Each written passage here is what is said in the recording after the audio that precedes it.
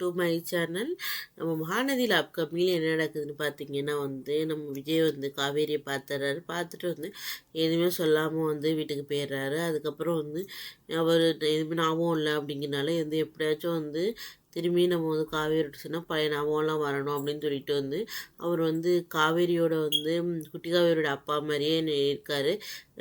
அப்பா மாதிரி இருந்து ஸ்கூலுக்கு கொண்டு வருவார். 2 பேரும் மீட் பண்ணிக்கிறாங்க. ஆனால் நம்ம காவேரிக்கு எதுவுமே தெரியாதனால அவரும் அதை பற்றி ஒன்றும் வருத்தப்படலை. ஏன்னா எப்படியாச்சும் காவேரிக்கு ஞாபகத்தை கொண்டு வந்தால் தான் நம்ம எல்லாம் சேர்ந்து வாழ முடியும் அப்படிங்கிறது அவருக்கு தெரியுது. அதனால் சகஜமாக காவேரியோட பழக ஆரம்பிக்கிறாரு. பழக ஆரம்பித்து நம்ம எல்லா ஞாபகத்தையும் கொண்டு வந்ததுக்கப்புறம் நம்ம எப்படி சேர்ந்துருவோம் அப்படிங்கிற முடிவுக்கு வராரு விஜய்.